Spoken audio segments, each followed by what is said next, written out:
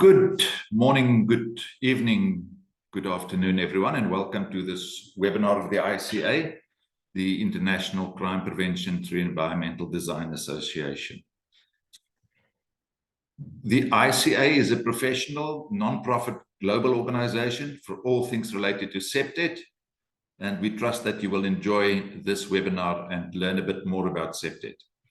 The webinar is one of our many programs that the ICA runs and for preventing crime and creating safer places. My name is Tinus Kruger, and I'm the Executive Director of the ICA, and I would like to just share with you a few administrative issues. Please make sure that your microphones and cameras are not activated. You are welcome to introduce yourselves in the chat, say who you are, where you're from.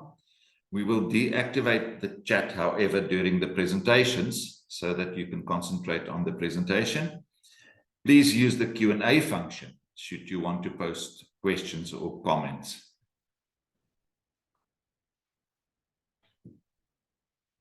We invite you to take advantage of the many programs we offer you. By joining the ICA, you can use the link provided on the screen or contact us if you have any questions. We will make this link available in the chat a bit later as well. We would like also to please just remind you that the views expressed in this presentation belong to our guest speakers and not necessarily do they reflect the position of the ICA. The ICA does not assume legal responsibility for the speaker's statements, the intellectual property, or the information provided today. Okay, let's begin with this webinar. It is my pleasure to welcome all of you, our attendees, and also our panelists, Terence Rajeskar, and as you've now heard, Nazli will not be able to join us anymore, and Shamir, who will be the moderator. I will now hand over to Shamir to start the discussions, and I will stop sharing.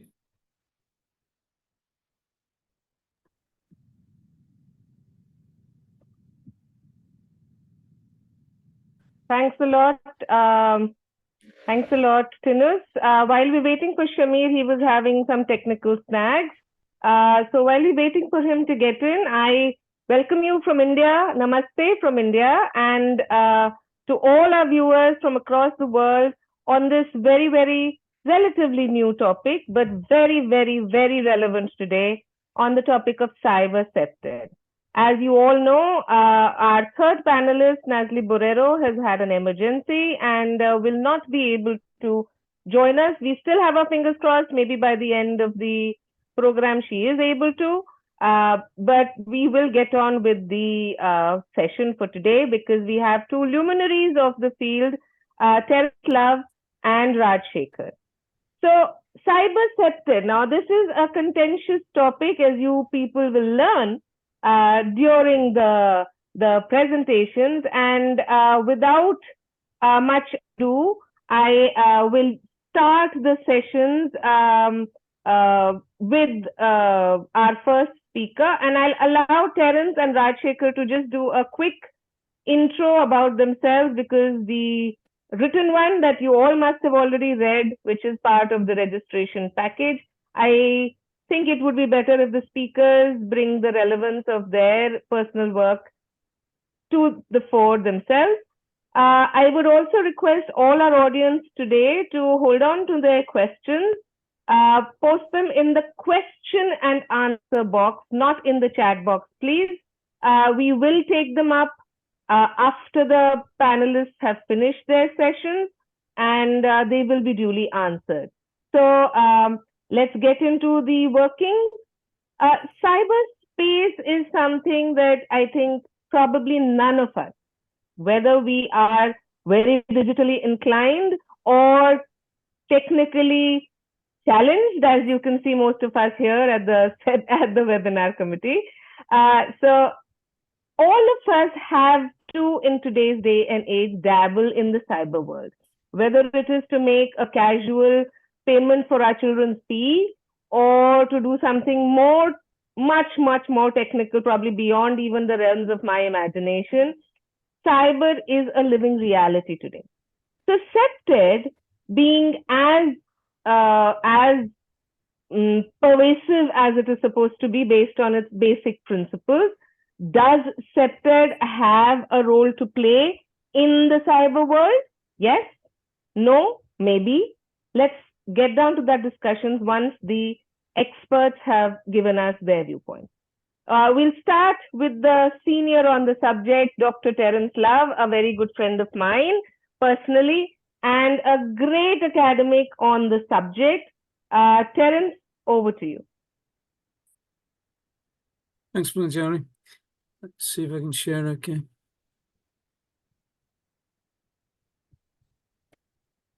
Can you see the screen and can you hear me? Yes, absolutely. Okay. So,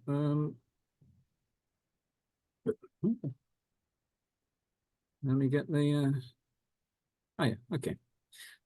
So just a bit of background who we are. So I'm the CEO of the Design at Crime and CPTED Centre in Western Australia. I'm also the CEO of the Cyber CPTED Academy, which we started in 2005. I'm fairly sure that I was the person who coined the term Cyber CPTED. That was in 2005, trying to put cybersecurity and CPTED together at that time. Our background is the last 2 or 3 years we've done CPTED reviews on 20 billion of developments. We're quite intensely involved. We've provided certified CPTED and cyber CPTED training for police, governments, planners and other professionals since the early 2000s. We've been involved in crime prevention, cybersecurity and community development, community-based planning since the 1970s. Cybersecurity, for some of us, the internet is an old thing. The internet was available in the UK in 1971. It was called Janet at the time. And we act as consultants for federal governments and, on policies and guidelines, that sort of thing. And we're continuously doing research. There's 3 of us, myself, Dr. Paul Cousins, who many of you will know, and Professor Trudy Cooper. When we look at CPTED, we probably have a slightly bigger picture than most people. So we look at the environment, and in order to move fast, I'm not going through these one at a time, so the slides will be available. We tend to look at a lot of things that we count as the environment. Currently involved quite a bit in information in warfare issues, which is quite new. When we look at cyber CPTED crimes, we're looking at crimes that involve both physical and electronic systems. So there's cyber-enabled physical crimes. There's physically enabled cyber crimes. There's crimes that use a bit of both. And there's mixed mode crimes when the targets are both cyber and physical. So in the third one, the crime could be cyber, could be physical, but it uses physical and cyber to get there. But there are crimes where the targets are both cyber and physical. Now, what we've discovered over the last 20 years is that conventional CPTED methods are typically ineffective or they increase the crime risk. And obviously, you can talk about this. Obviously, if I was to say, well, let's look at natural surveillance and protecting somebody's bank account, does that mean everybody can have a look in somebody's bank account, see what the passwords are and see what they're using? You say, well, it's nonsense. It's if you start thinking of applying CPTED methods straight into cyber security situations, they don't work. We also found that for these mixed mode crimes, cybersecurity strategies are particularly badly targeted and typically ineffective. So we have a situation where we have a body of crime, a new sort of suite of crimes, where both CPTED methods and cybersecurity methods and conventional security methods are ineffective. It needs a new approach. So some idea of the arena, smart cities, smart homes. We're just moving into a more digital realm of work and living. So So we're in a bit of an arms race at the moment where these realms are naturally physical because we want them to affect the world, but they're digitally enabled. So this is the arena in which cyber CPTED crimes, including, I'll go into in a bit more detail shortly. But again, to repeat, conventional CPTED, our experience is that conventional CPTED methods, the 10 CPTED methods of ISO 22341 are typically ineffective or they increase crime risk. And cybersecurity strategies are also typically ineffective. Here's a classic from XKCD. His laptop's encrypted. Let's build a multi-dollar cluster to crack it. Oh, no good. It's got a very high level of encryption. And what would actually happen is his laptop's encrypted, bash him around a bit and drug him until he tells us what the password is. You know, so you've suddenly got a physical response to a digital problem. Sorry, these have gone a bit off screen on the transfer, but these are some examples of real-world cyber CPTED crimes. These are ones that we see. Now here's an example of a classic ordinary. This is common in England at the moment, and I'm sure it'll appear in Australia soon enough.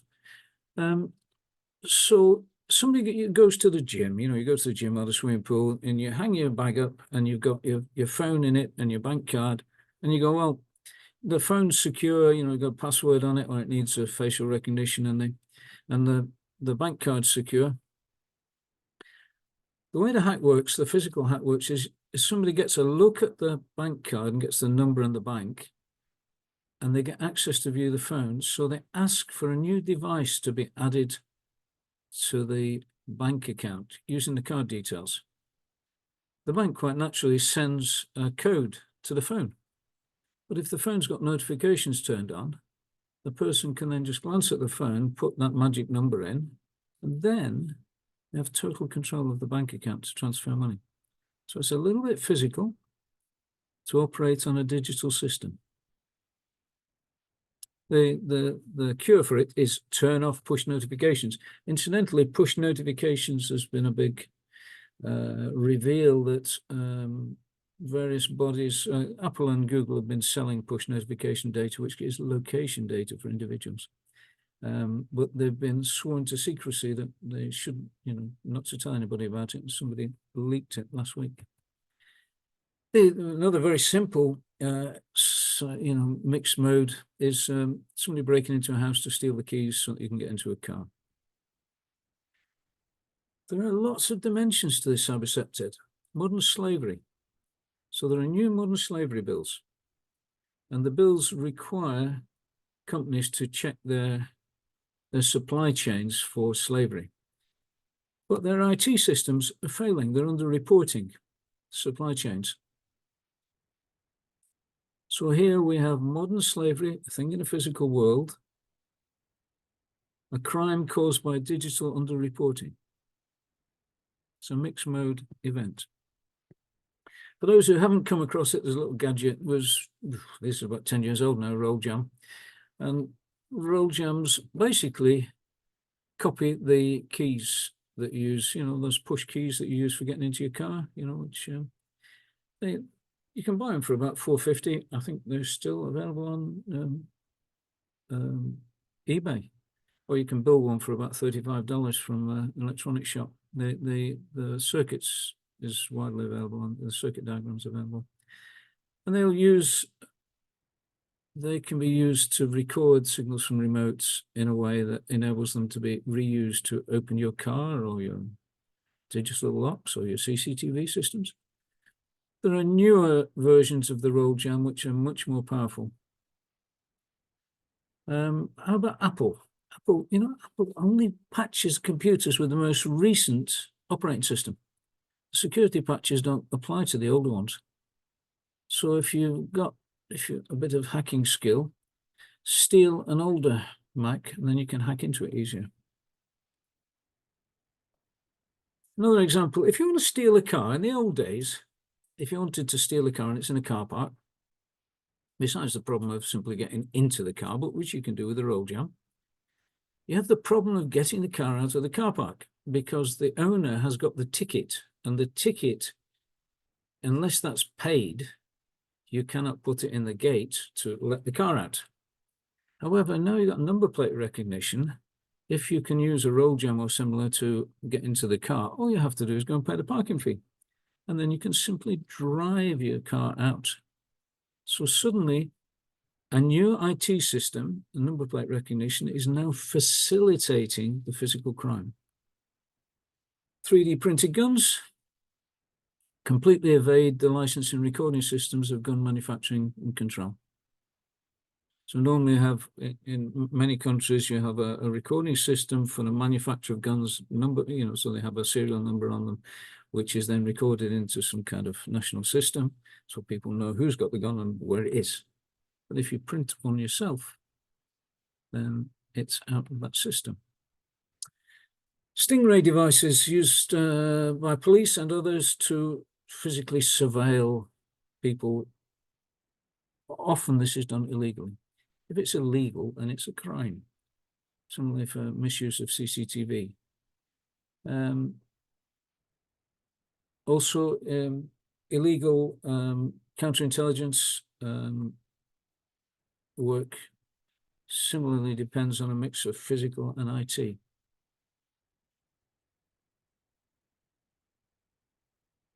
There are some simpler ways. This is a very fancy digital lock, and these digital locks are magical because they have a million combinations. They're unpickable, take you forever to work out how to undo them. However, if someone wants to get past one of these locks, it's surprisingly easy. You just use an old-fashioned pipe wrench, you put it on the handle, and you just turn the handle and it breaks the lock. The physical device completely obliterates an electronic device. Let's look at some stuff about crime. This person is committing a serious crime and can be in prison. What's the crime or crimes? The answer is they're in Iran and they're not wearing a headscarf. And you say, well, that's a bit strange. But a crime is any behavior that is specified as a crime by a law created by a government. Any behavior. It's not that there's something magic about what a crime is and a crime isn't. Oh, my screen's gone a bit crazy. I'm sorry about this. It's coming out in the wrong orders. So we look at cyber CPTED and how do we fit hacking into this? Hacking, cybersecurity, but hacking has got a long tradition from the 50s of being physical as well as electronic. In the old days, if you wanted to hack a mainframe, you could, at the university, you just basically went around the post boxes for the academics and got their passwords out of their post box. It was a physical way of doing it.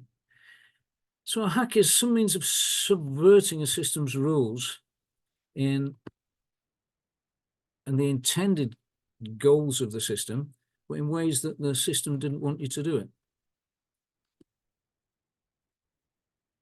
But if you think of what kind of systems, voting systems, how about tax systems, things that have lists of ownership, access systems, legal systems. Horticulture and farming systems. At the moment, there is a big fuss about some tractors, John Deere tractors, and made them so electronic you can't repair your own tractor.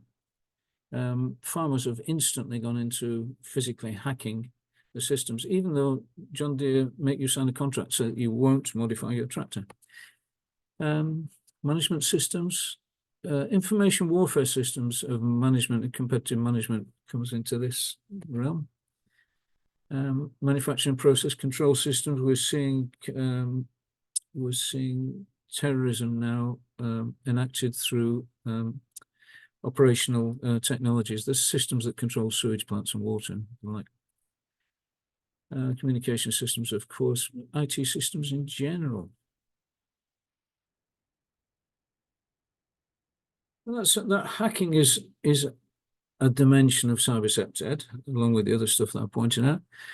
There's a dimension of cyber CPTED which is to do with illegal lawmaking. What do I mean by illegal? Oops, sorry. Illegal lawmaking. There's the emergence currently of pseudo laws. These are things that look like laws and they look like crimes. And in fact, sometimes the courts treat them as crimes, even though they're not actually laws or crimes. You know, in Australia, for those of us in Australia, recognised robo-debt, which was a government thing where they reclaim money out of people on social security. In some cases, taking them to court and causing all sorts of problems, and some people committed suicide. Similar happened with regard to postmasters in the UK. We have laws about health system access. Who can get to it? But these are not real laws. These are pretend laws, pseudo laws made up by organisations. Who controls children's access to which schools? Airline refunds. Anybody who tried to get their money back over COVID would suddenly find the airlines had certain rules that behaved like laws, and they didn't want you to do various things. The most recent thing, as I mentioned earlier, is push notifications. The advice at the moment is turn push notifications. If you've got a mobile phone, you've got push notifications on, turn it off. Use pull notifications instead. Phone contracts, broadband contracts, some of these are incredibly, they behave like laws, but they're illegal in their nature. Access to services like rail services, transport services. Employment arrangements that result in wage theft. These are all embodied in electronic systems, and they're to do with illegal lawmaking. It's partly how digital has enabled us to do illegal lawmaking.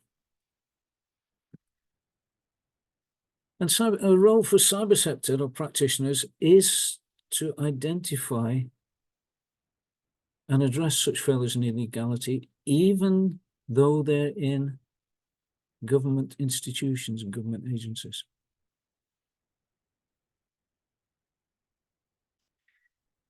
Well, I conclude with, so, as I said earlier, the CPTED methods and cybersecurity methods are not terribly effective in this realm. That's been experience over 20 years. And the question is, what kind of methods are effective? And partly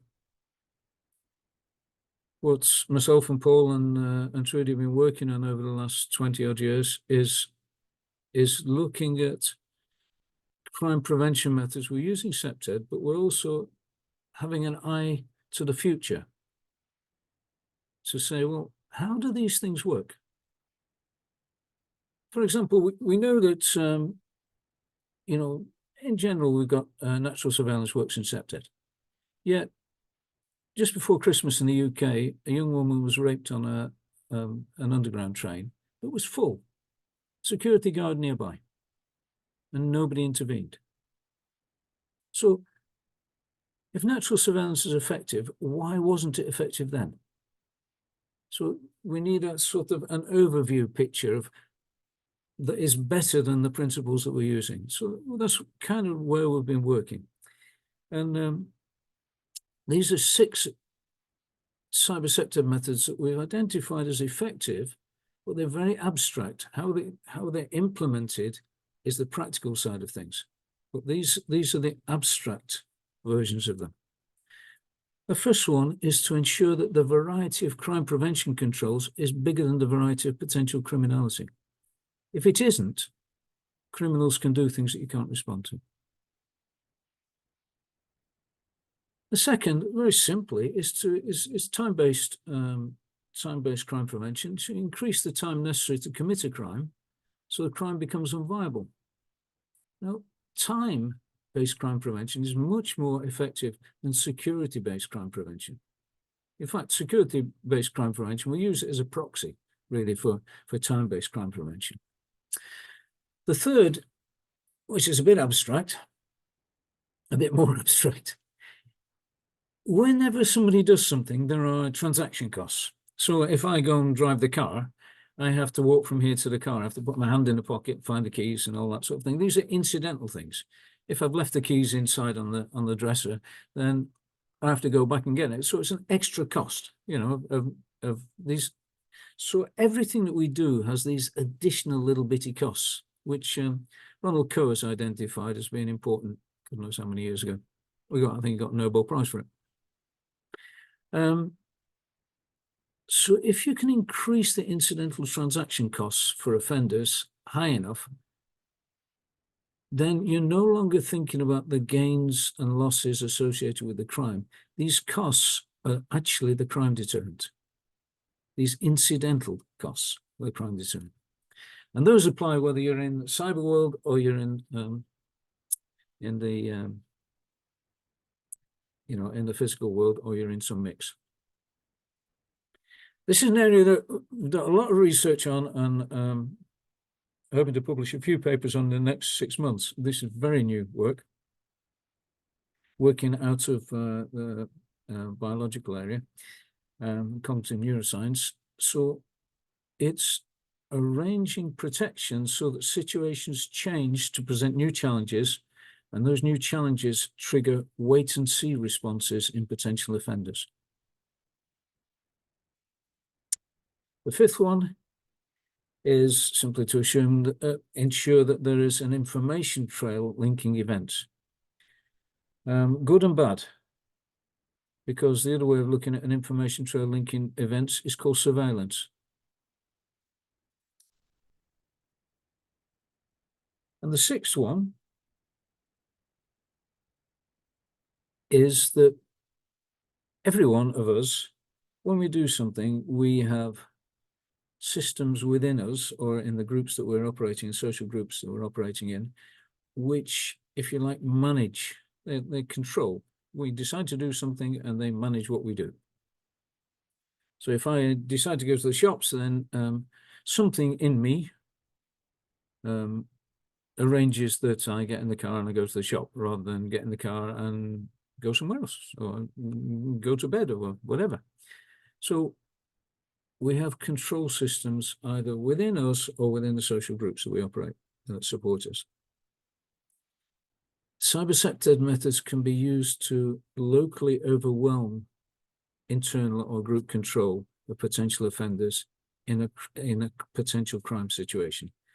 When that group control or individual control is overwhelmed, then decision-making fails,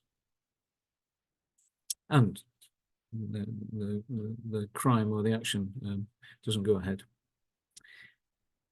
Okay, that's about it. If anybody's got any questions or wants to contact me, there is my details. I'll make the slides available if anybody wants them. Thanks, Terry. That was really good. I think that was really setting the tone for the discussion that I look forward to in the session today. I am sure the listeners got a viewpoint which was probably a little different from what they were expecting. If it was not, then the next one is definitely going to be different from what you were expecting.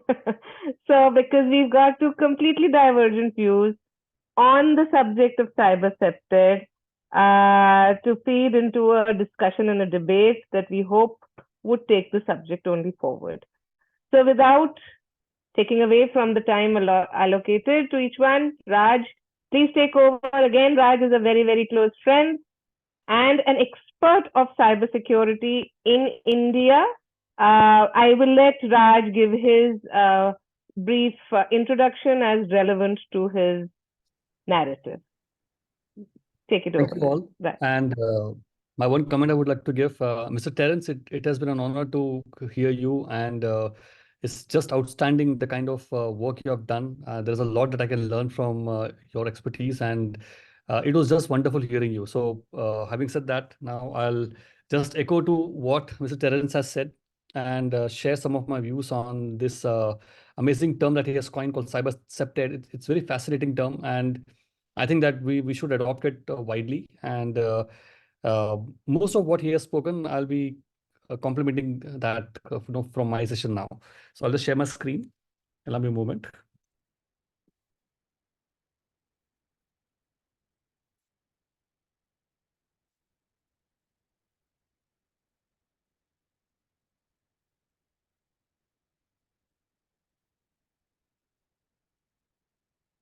Am I good to go?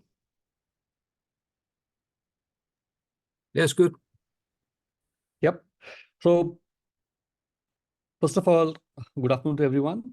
My name is Raj Shekhar, and I'm the founder of the ISAC Foundation. It's a non-profit that focuses on cybercrime and cybersecurity in India and in US. I have about 24 plus years of experience in cybersecurity, and I'm also the founder of the annual CPTED conference, which happens in India. I'm closely working with multiple governments, and the recent one is the UAE government, with whom I'm focusing on the critical sectors and smart cities, including on design security, specifically focused on preventing crimes where the physical systems are controlled from the cyberspace. That's the focus of this particular project that we are doing right now. And we have done simulation programs for the Delhi and the Hyderabad international airports. And we also have a dedicated vertical called Secure, which is focused on the next generation CPTED development. So I'll just skip some of the things and come directly to the main thing. So as you're all aware that there's a rapid development in terms of how technology is taking over our lives. And if you would have been here at the GITEX event in Dubai last October, you would have seen the proof of concept of a flying car that was demonstrated here. And it was just mind blowing to see that regular people like you and me in the future will be able to afford a flying car in the near times, but depending on how things go, and make it part of our lives, which was once the realm of science fiction. But you also have something like drone deliveries, which are becoming a reality. Like we have pilots being tested out in India right now for rapid delivery of goods by drones. And we have hit up a small challenge in both these projects. First of all, the traditional design of buildings that are there right now, I usually call them matchbox homes, because they're just like rectangular buildings, tall buildings everywhere.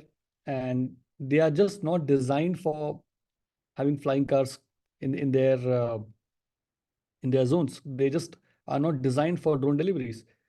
So the way in which the buildings are designed have to change. We have to adapt in a different approach if we have to embrace these new technologies.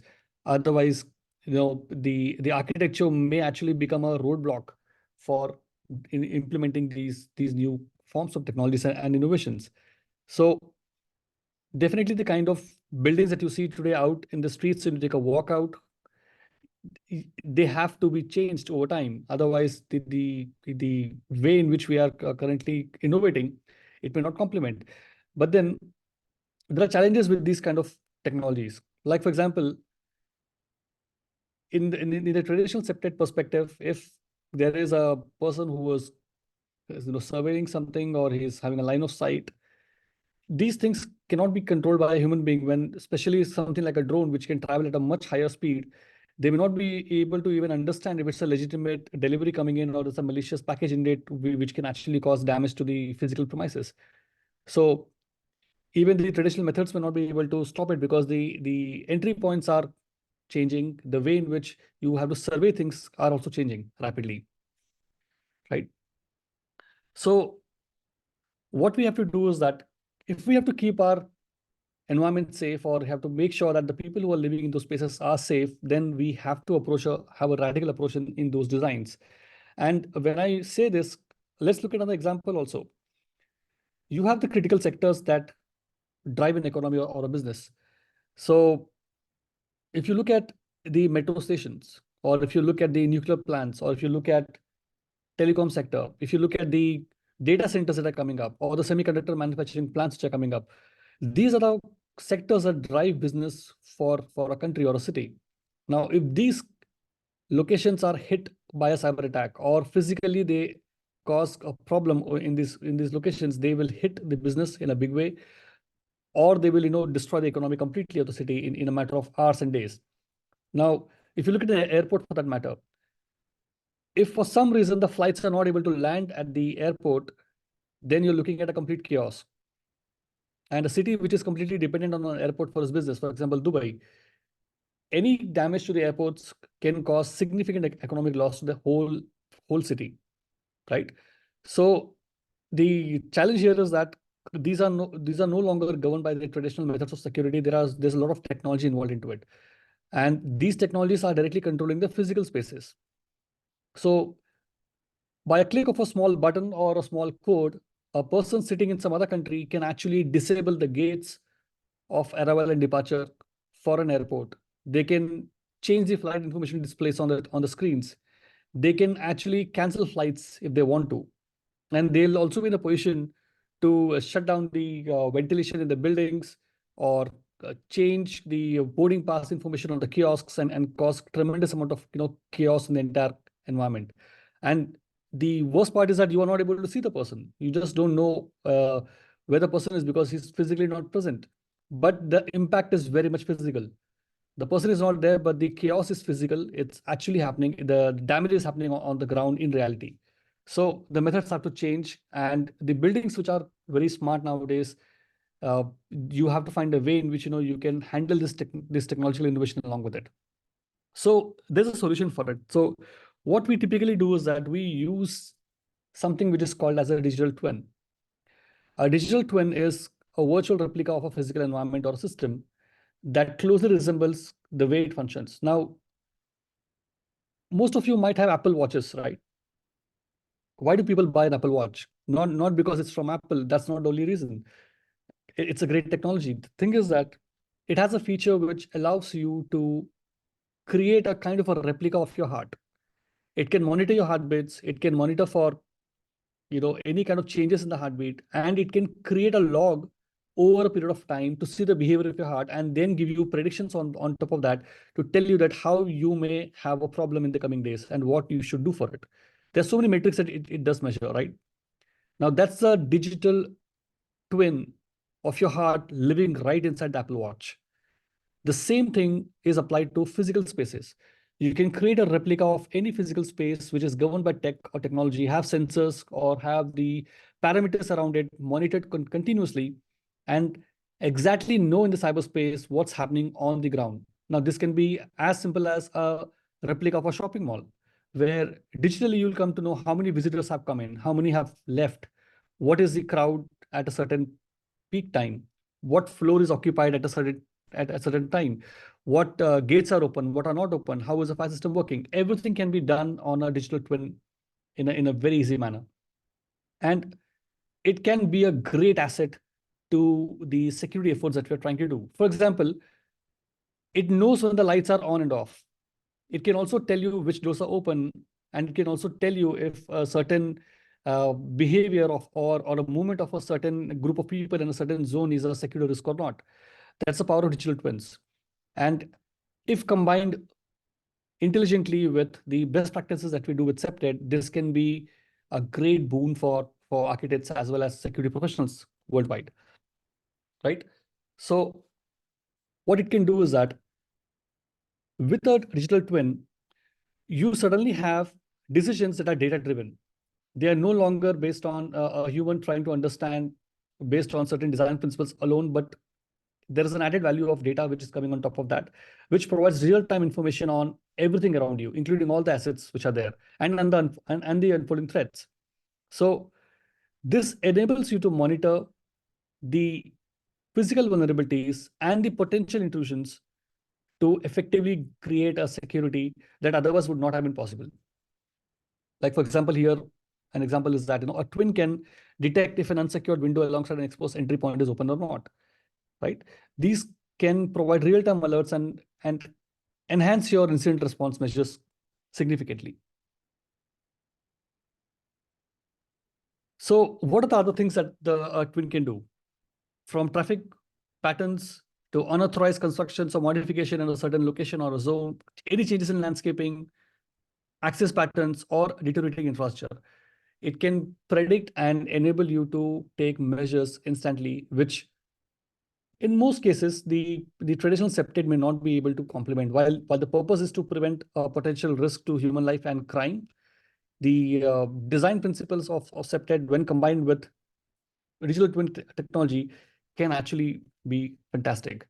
Now, let's take an example of the upcoming city called the Line in Saudi Arabia. I'm sure most of you have read about the NEOM city, and you may be curious about how this will unfold. It's not a new concept. We all know that this was tried before in US, and it's a massive undertaking.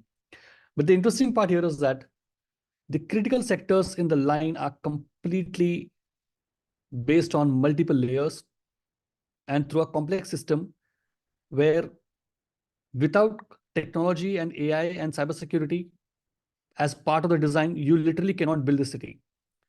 So if you're building a project like the line, and if you're not having a digital twin technology integrated into your design phase, you're probably looking at a large human risk and failure in the coming days, right? So these are non-negotiable activities for a high-tech city. So again, the traditional CPTED principles cannot be applied here.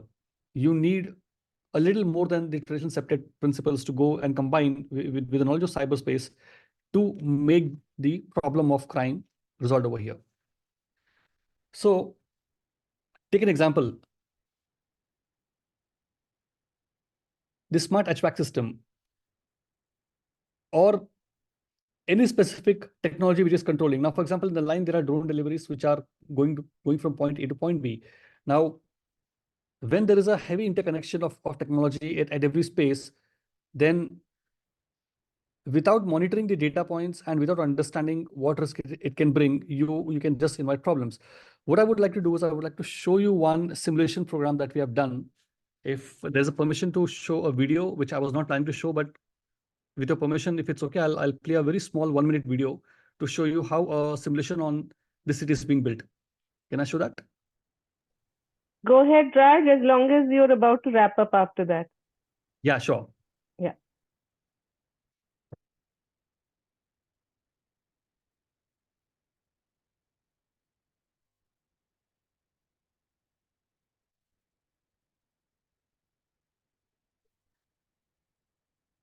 My screen visible? Yes, it is. So this is a 3D model of a critical infrastructure which was built to simulate the design security as well as the cyber CPTED principles that we were discussing from quite some time. And this simulation allows you to test what happens on a physical space if there is a breach in the cyberspace. And this is being built for the EU government, and we are doing at least 64 different sectors where these are simulated. I'll just play the small video for you, and just take a look at it. Then we'll discuss for 2 minutes on this.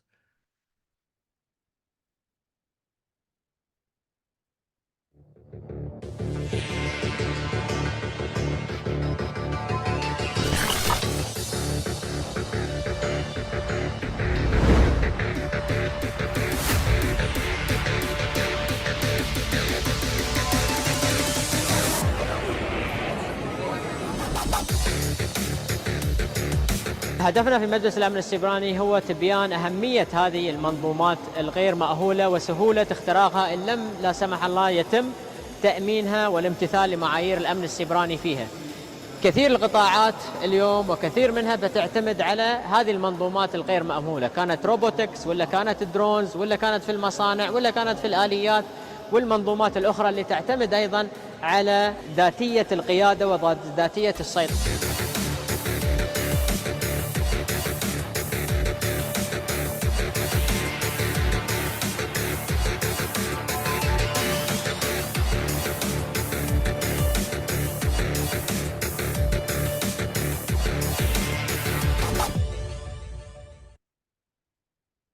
Now, what you just saw was basically a simulation of critical sectors which are connected to the OT environments. And in there, we basically show how the hacking happens and they impact the physical space. Right from an example of, let's say that if there is a, I'll start my video. So take an example that there is a hospital where you have a robotic surgery happening. What happens if there is a VIP patient who is admitted in the hospital, and during the surgery, a cyber breach happens on the robotic arm, and the robotic arm goes ahead and does a cut or does some activity which will jeopardize the life of the patient over there. This is simulated on a real world equipment, but on a miniature scale. And this simulation allows us to predict the futuristic crimes that can happen in the physical space through technology, and in what ways we can prevent it.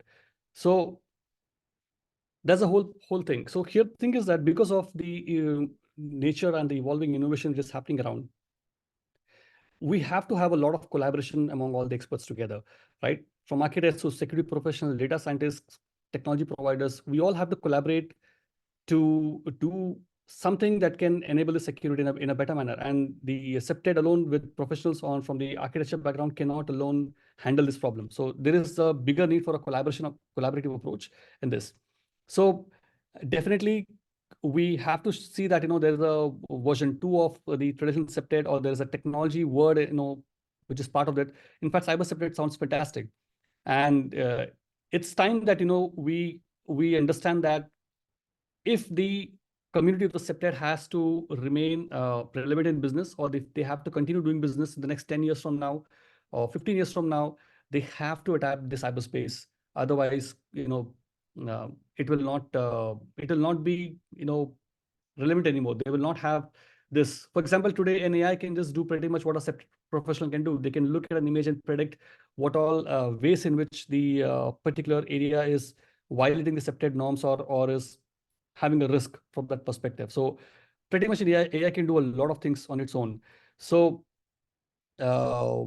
we need to upgrade our skills and bring more knowledge into it, and that is the only way it can be done. So the conclusion is that we must adapt the cyberspace in a very big way with CPTED concepts, and try to upgrade ourselves, and make sure that we collaborate with a lot more experts, and then bring some change in this particular domain. So that's from my side. Any questions, I'll be happy to answer. Thank you, Raj. That was, again, very illuminating, as always. So I think Nazli has not been able to join us still, so we'll leave her to her emergency and understand that. So let's jump straight into our Q&A session. If we can have all our panelists turn on their videos. Terence, if you could also turn on your video. We have a couple of questions, and I invite all the others who are bubbling with questions to start feeding them in sooner than later, because I am already queuing them up, and if you're late, then we may not be left with time to kind of field the question at the end. Okay, so just as you finished, Raj, and before I can even sum up, I'll take a question from Rohini S, which is specifically questioning you. Could you elaborate on the potential drawbacks or challenges associated with implementing digital twin technology within the framework of cyber CPTED, particularly concerning security vulnerabilities or privacy concerns? So the thing is that the digital twin technology does collect a lot of data, right? So yes, there are concerns for privacy, because it can actually tell a lot about a person and their behavior based on the data it collects, if it's programmed to do that way. So there are some ethical issues that we may encounter, but I can tell you this: the benefits far outweigh the cons. So while I'm pretty much okay with the fact that yes, there would be privacy concerns, but the fact is that you cannot avoid this technology in the future. So there are concerns today, but there are very robust frameworks also in cybersecurity to address them. Now the question is all about the ones who are implementing the technology. Are they actually willing to spend that kind of money on the securing the privacy of people or not? Mostly, sometimes it's always the budget that kills the privacy aspects, right? So not that there is no technology available today which can safeguard it. There are great frameworks available that can help you to secure them, but it's all about the intent of the parties who are implementing the technologies over there. So if the intent is there, you will have great privacy as well as a great balance of the digital twin, supporting your measures. That's what I have to say on that. Okay, thank you, Raj. So I'll take the next question to Dr. Terence Love. Terry, what expertise do you feel CPTED practitioners need to have to be able to provide cyber CPTED advice?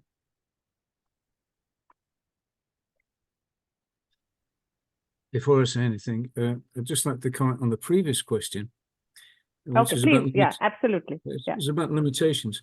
So some other work that we've done, which led to a little rule which we call the two feedback loop limitation rule. So two feedback. So what happens is when we have digital systems or any system whose behavior is the result, or when you have an intervention like an attack or something, or crime, where the behavior has the outcomes result from two feedback loops, people cannot think it through in mind. So it's no good asking, it's no good presenting the information to people because they cannot mentally work out what is the right intervention. So and many of these situations are not two feedback loops, they're 20 or 30 feedback loops. So they're actually beyond what we can think. So it's no good asking people. It's no good asking a bunch of people because 20 people knows no more than one. So you're right in the realm of digital. The second advantage of the digital twin is that you can get it to predict outcomes. Well, that's another layer on top of the existing digital. It's not just the existing behavior, but we need those digital twins to produce. And thanks, Raj, for a great talk. I really enjoyed it. And yeah, I was pleased you said everything you said. So it's this understanding, this limitation. We tend to think that if we get some information, we can think our way through. And the reality is we can't. So that's, sorry, that was a ramble. What was the question? Okay, so should I repeat the question? Oh, what was the skills? Thinking. What are the skills? Yeah, absolutely.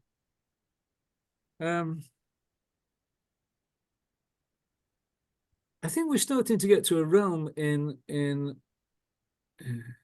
how can I put this? If you do a split between CPTED, security, and policing, you can see that policing, the job is to implement the criminal justice system. So you're generally working after the event. So, crime's been committed, bringing people to justice. Security literally is controlling the access to assets. That's its whole realm. Just you want somebody to be able to access things and you don't want other people to be able to access things. But CPTED has had this role of changing the environment so that crime risk is reduced, which is a completely different game.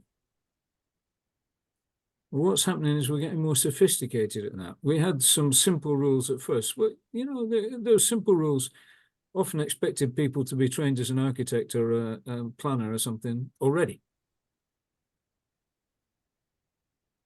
So now we're probably heading for a realm where it's almost like you need a degree in CPTED or cyber CPTED or CPTED.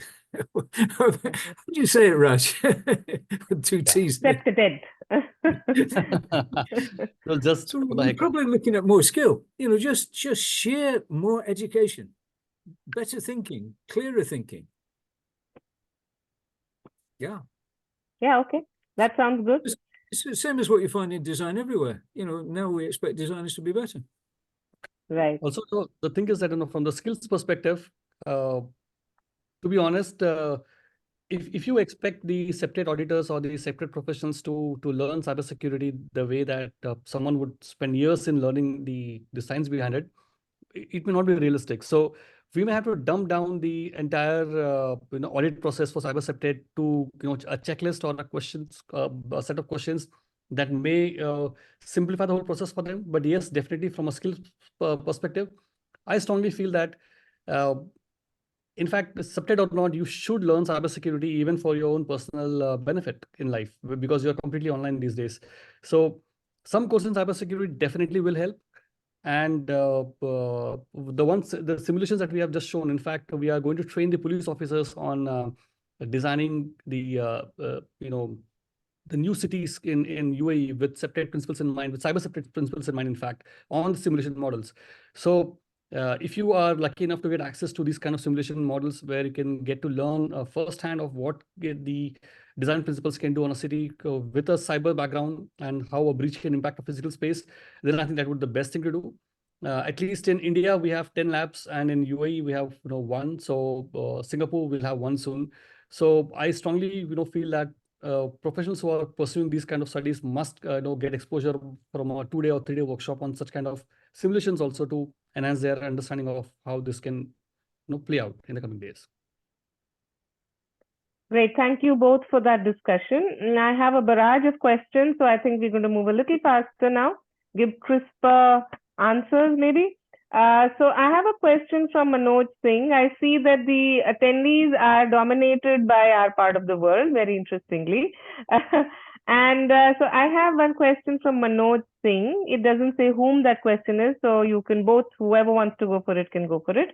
While usually we are thinking of technology to counter technology threats, and both sides keep evolving continuously, which is very true and interesting. So why not focus on some human interface and mix of human and tech efforts to do the same? Who would want to take that? Raj? I can just comment on one thing. In India, in fact, Manoj, we are doing a practice. When we are designing the CPTED principles for a residential building, we have a human element of it. There's a rating system that we have implemented. It's called ethics cards. Basically, the behavior of the residents is tracked over the year, how they pay the bills on time, how they behave in the park, and then they get rated around it. And then if they are not conforming to the rating requirements that we have, then they will have difficulties in even getting a renewal of their apartments next year. In fact, it has gone to the length where now this has become part of a larger project with the government where the behavior rating can actually impact your job. So tomorrow, if you're not behaving properly ethically, then you may lose your job also. So those systems are being rolled out for enhancing security in the premises. So because a lot of people come from various cities, they are from various cultures. So it's very important to have a respect of the common law that everybody should adhere to it. So if that answers some of your aspects, I hope. We hope so too. Okay, moving on quickly to the next question. It comes from Makarina Rao, Dr. Makarina Rao, our president at the ICA. I'm reading out to you. Thanks to both panelists, very brilliant inputs. My question is to both regarding the spread of CPTED in different regions of the world with different tech developments, or should I say tech capabilities. For example, is it applied with the same focus? Example, a poor favela or a slum versus a high-tech capital. Terence, Yeah, would sure. you like to take that? Yeah, sure. It's very much of interest because the world is a world of poor people. It's a world of a small number of very wealthy people and majority of people who are not wealthy and who have access to technology, but technology which they're sort of bullied by. They're bullied and controlled by. And so we're in the limit. One of the ways we can see CPTED is in terms of quality of life. I mean, the only reason for looking at crime is quality of life. If we look at new urbanism, we get higher crime in new urbanist environments. But they're nice places, so we tolerate the high crime because it's nice. The quality of life's better.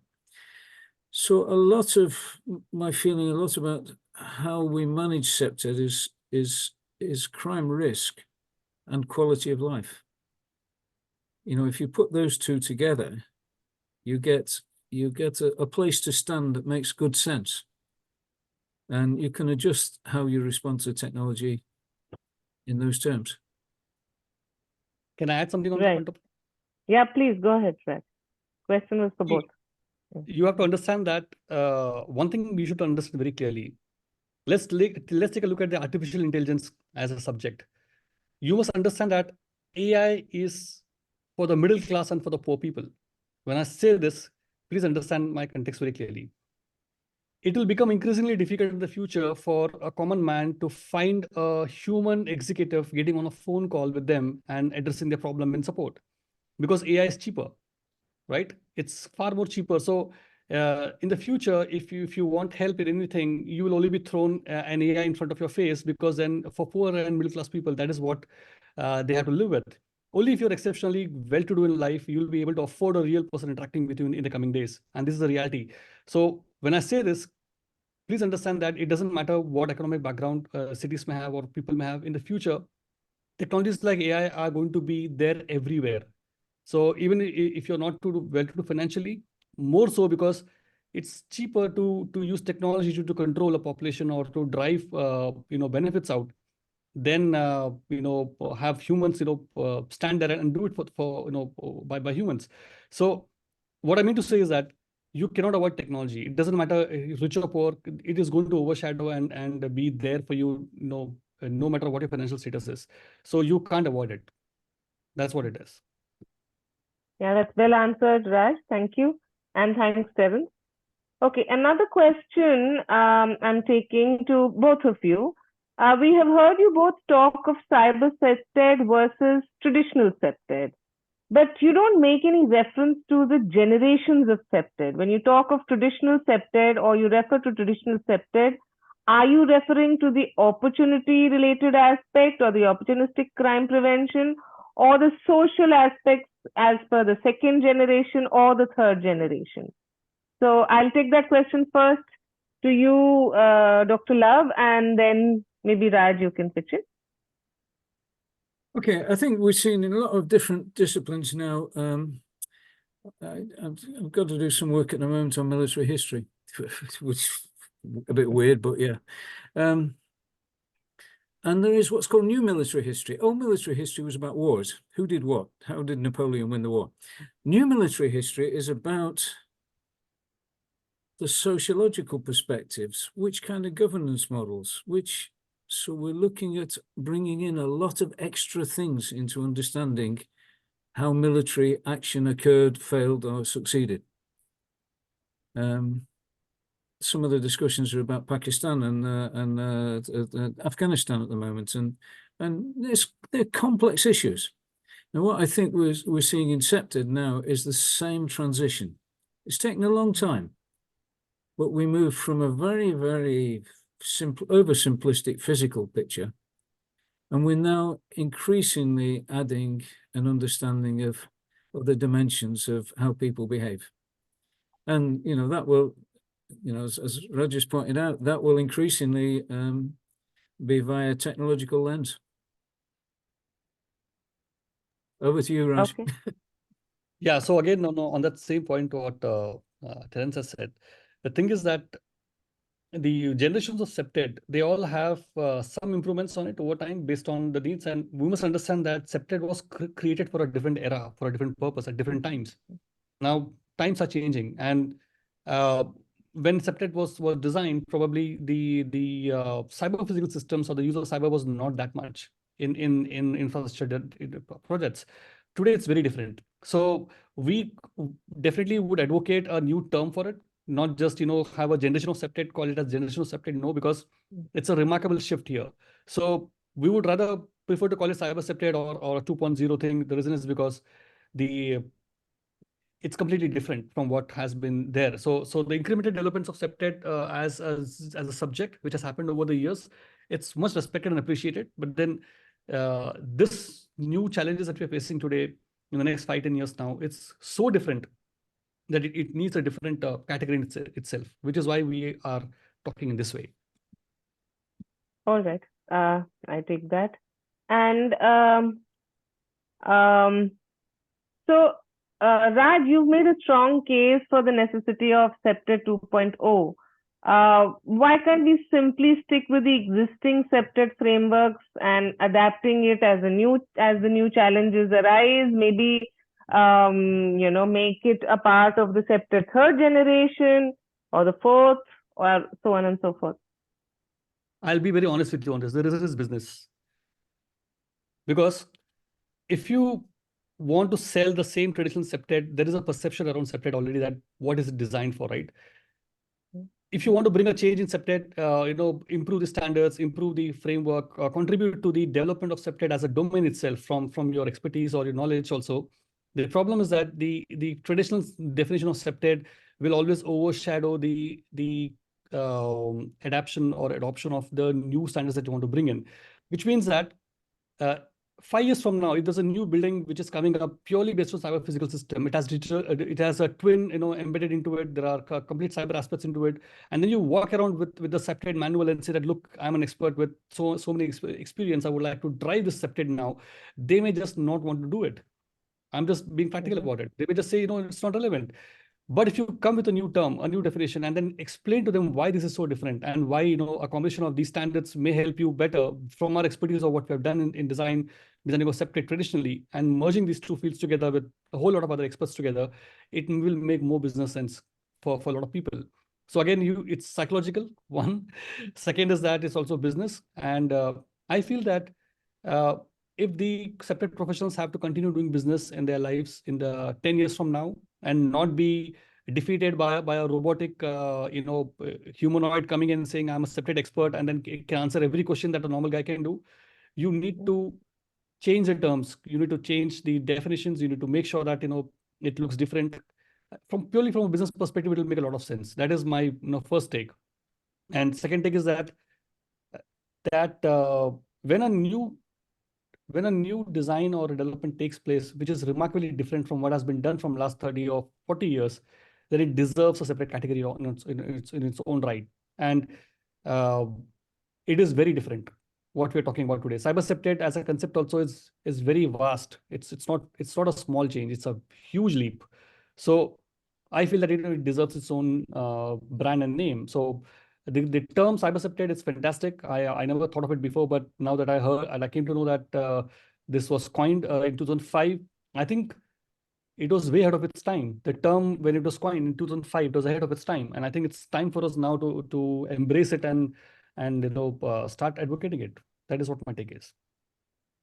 Okay, before I go to Terence, I have to add here that I'm missing Nazli in this conversation because she was going to present another dimension to it, which we are missing now. But Terence, yeah, please. It's just a little bit of a confession, Raj. When I coined the term, I was actually doing lots of stuff in cybersecurity and stuff in CPTED. And it was just, originally, it was just like, oh my goodness, let's just throw them together. It wasn't anything very terribly sophisticated, but it was only then after that I started realizing, started picking things apart and things changed. But the original version was just sling cybersecurity and CPTED together. So it wasn't that much ahead of its time in a way. What I would add to what Raj says is that it's completely gone. I've forgotten. Sorry. That's okay. Okay, so we'll move on to the next question. It's for both Terence and Rajshekhar. Given the complexity of cyber CPTED, what would you say is the single most pivotal question organizations should be asking themselves to ensure they're effectively integrating cybersecurity measures into their overall security strategy? It's hard to answer because there are so many things around it, but I can just say this, that cyber CPTED predominantly affects those organizations which are into any kind of automation, specifically cyber physical systems. Specifically, I mean, it can impact other areas also, but more so for those companies or those organizations or those sectors which are highly critical in nature, and they depend on OT systems, IoT devices, IoT for that matter. If your company is using IoT at any process level, you will need some kind of security around it with CPTED principles in mind, like who can access it, where are the cables going, in what way it's designed, where is the cabling duct layout laid out in a proper manner. All these small things will matter a lot for you, right? So I think that the awareness is not there in many companies about the concept of CPTED, first of all. If they do also, then it's very limited to just access controls at the gates, but not in detail. And when it's a manufacturing plant or a critical sector, then definitely they can do a lot more with the introduction of cyber CPTED principles, because if they have any kind of automation, then they'll benefit tremendously. They'll save a lot of money by implementing the practice of cyber CPTED, is what my thought is. Your thoughts, Terence? Yeah. Yes, some thoughts are, it's there's a lot of time shift here. IoT is, sorry, not IoT, operational technologies, this devices that do things. If you go into organizations that have operational technology systems, traditionally, they were never, ever connected to the internet. That was their security. If you go into existing organizations now, you'll see Windows 95 machines, and even earlier, they're still running. True. We're seeing machines that are totally insecure. They have no security at all. And then somebody has a bright idea to connect them to the internet. Really. So there's a level of this work which is crude as. It's basically is the bottom end of cybersecurity even. It's just checking that things are not connected to things that, that they're air-gapped and, So I thought I would show a little device here. I don't know if you can see it. Yep. Device. Raj knows exactly what it is.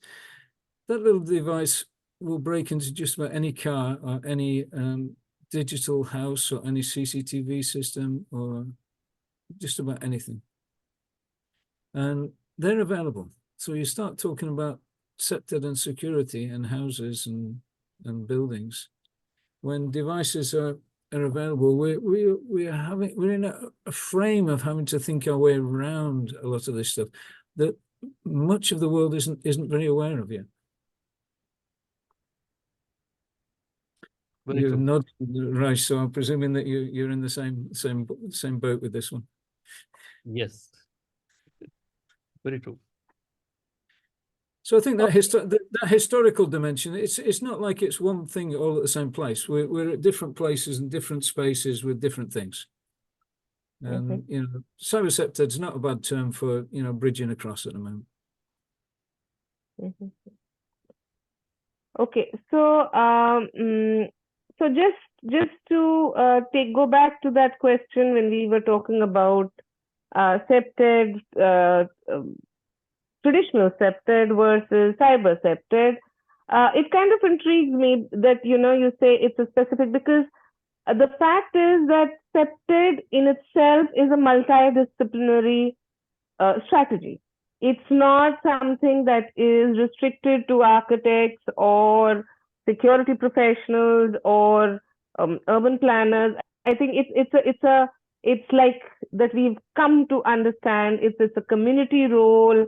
It's a larger than just the specific physical aspects of security. It goes beyond and goes to levels way beyond that. So from that perspective, and to continue our conversation, I mean, I understand that this is probably an additional skill that a CPTED practitioner needs to imbibe or learn or kind of, develop that skill to be able to get that complete picture. My question is, if a cyber person can do conventional CPTED, then why can't a conventional CPTED practitioner get into the realms of cyber CPTED? But more importantly, will he really be able to apply those aspects? Because typically when a cyber audit, a CPTED audit is done, then you look at a place and do the things. Do you think it is possible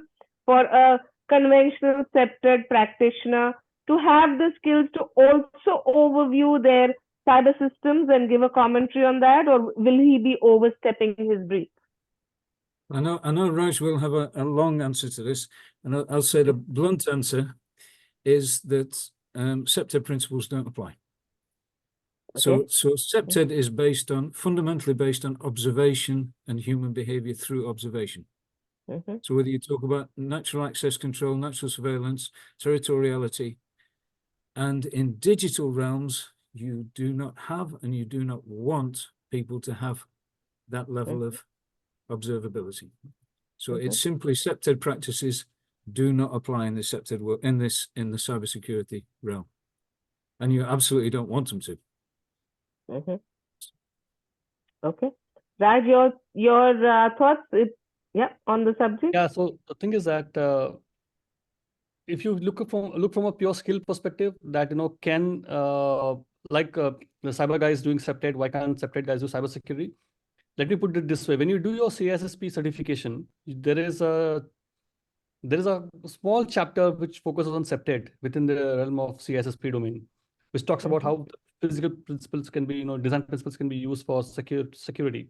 Now, cybersecurity as a subject itself is not very complex to understand. You just need a logical person to study the field, and they'll be able to definitely learn cybersecurity. So if you look from a pure skills perspective, can a CPTED professional learn cybersecurity and hacking? Of course, yes. It's not a rocket science. Anybody can do this.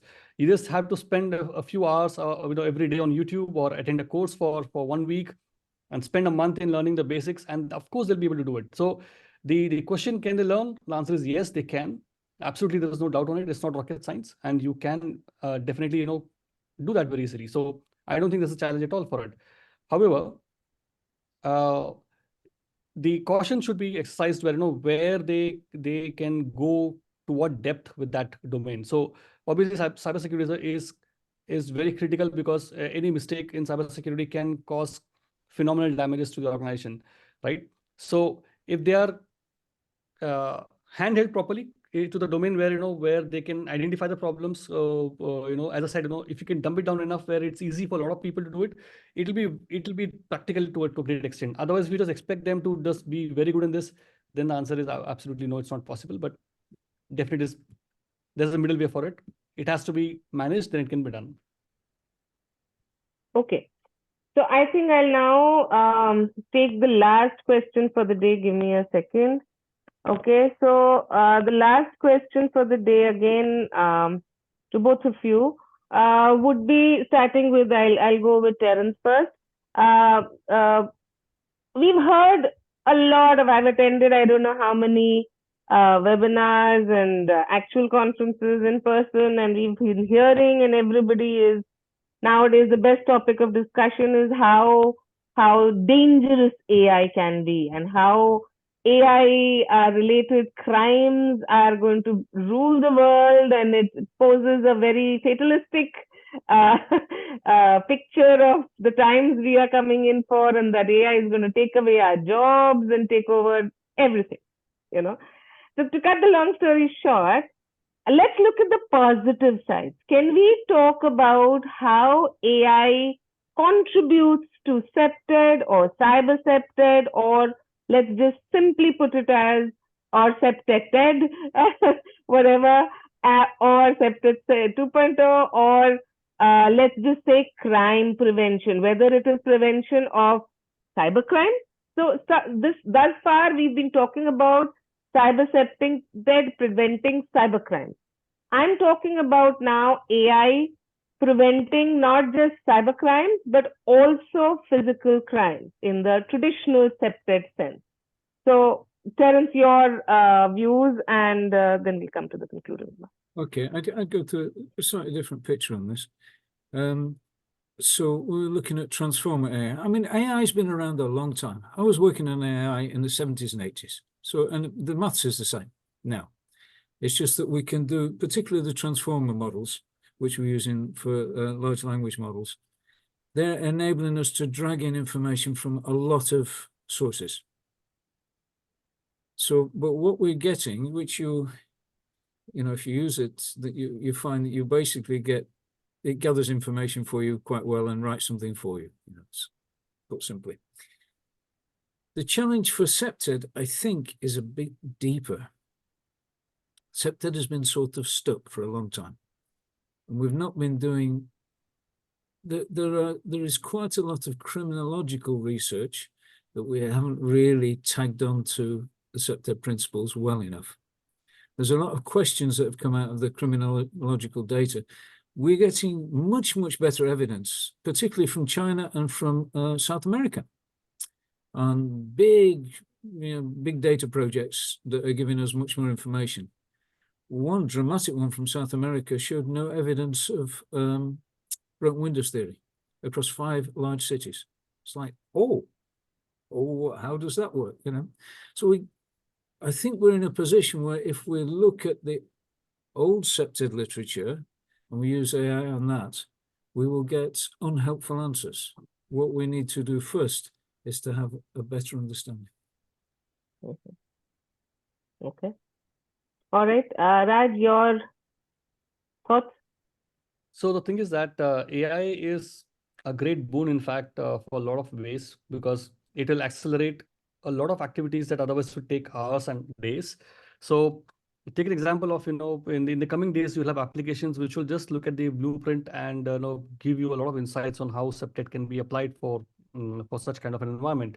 You can have a camera which a CPTED practitioner can just walk around with a cell phone with an AI engine in it, or an application into it.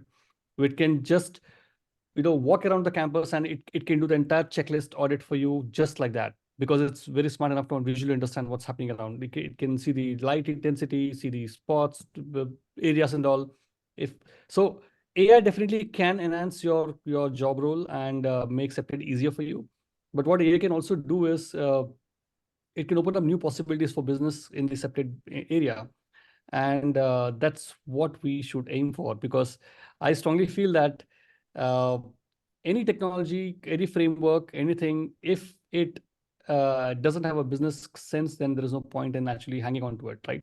So, and you must embrace new technologies as well to make sense around it. So AI will save a lot of money, it will enhance your work, and it will also simplify things for you. So why not? So I don't see it as a threat at all. I think it's a great complement to your professional endeavors. And we should embrace it rather and see how best we can make use of it for our activities. Okay, well said, amen to that.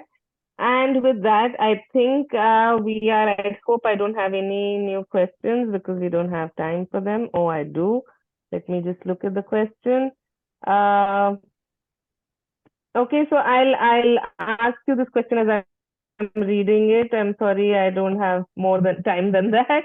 Is it really the need for that security, what we are called a term for mankind? The called term security is some part good or for world, and another part it is doing dark things behind the human race, or etc. Security providing for lives is good, but who invented a new thing to world?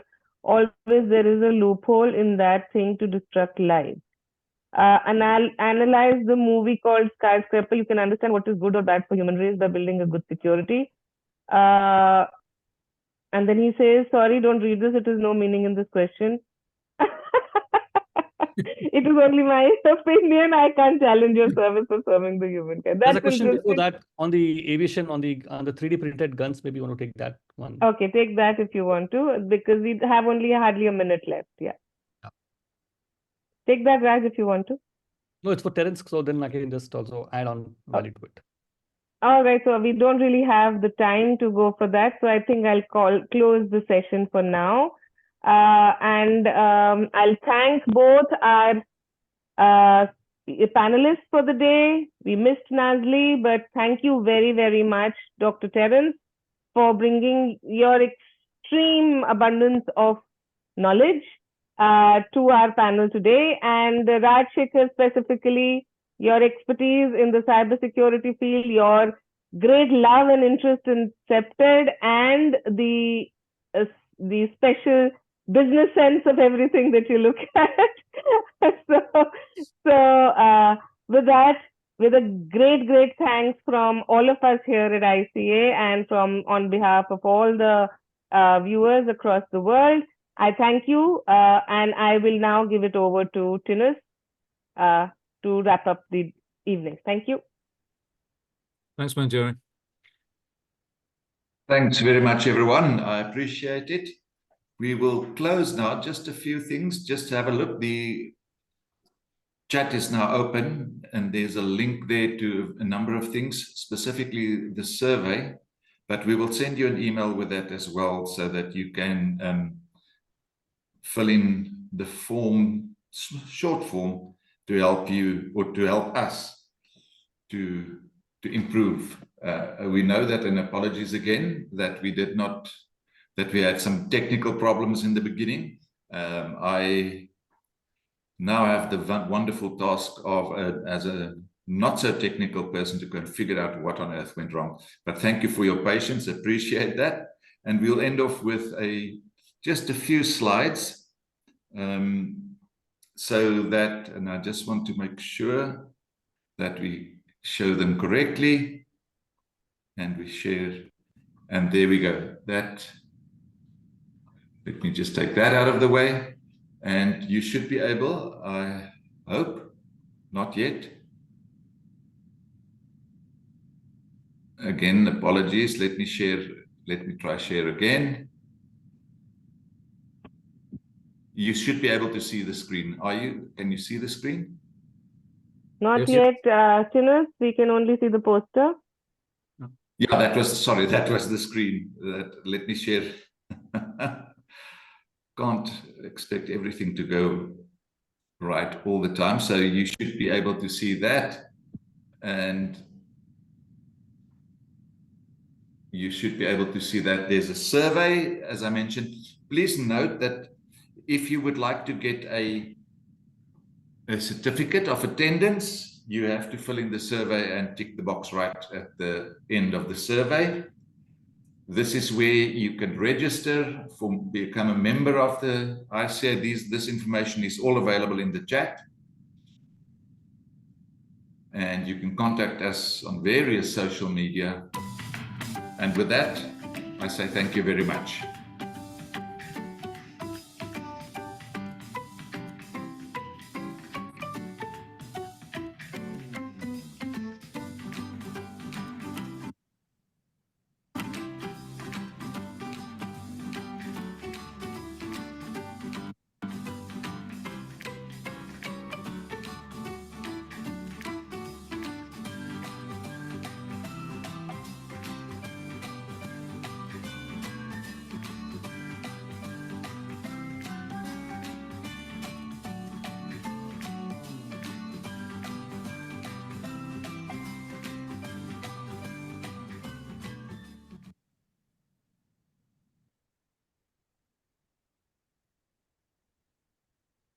Thank you.